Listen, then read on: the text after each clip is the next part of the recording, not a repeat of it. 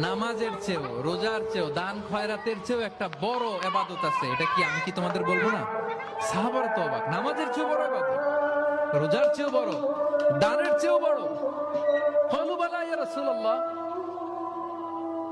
সাহাবারা বললেন অবশ্যই হে নবী, হ্যাঁ আপনি বলেন সেটা কি? বিষ্ণু সাল্লাল্লাহু আলাইহি ওয়াসাল্লাম বললেন ইসলাহু যাতিল বাইন, বিবাদমান দুই গ্রুপকে মাঝখান দিয়ে যে মিলিয়ে দেয়া।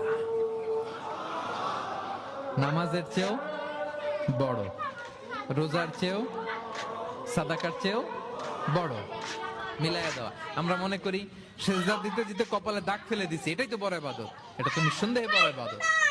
আমরা মনে করি হজ করতে করতে শেষ করে ফেলতেছি, এটাই বড় ইবাদত। জিকির করতে করতে আমরা দিনরাত এক করে ফেলতেছি, এগুলো তো নিঃসন্দেহে ইবাদত। কিন্তু দুই ভাই বিবাদমান দুই গ্রুপের মধ্যে আপনি যদি মিলিয়ে দেন, এগুলো নফল রোজা, নফল দান, নফল সালাতের চেয়ে বেশি সওয়াবের কাজ করেন। সুবহানাল্লাহ।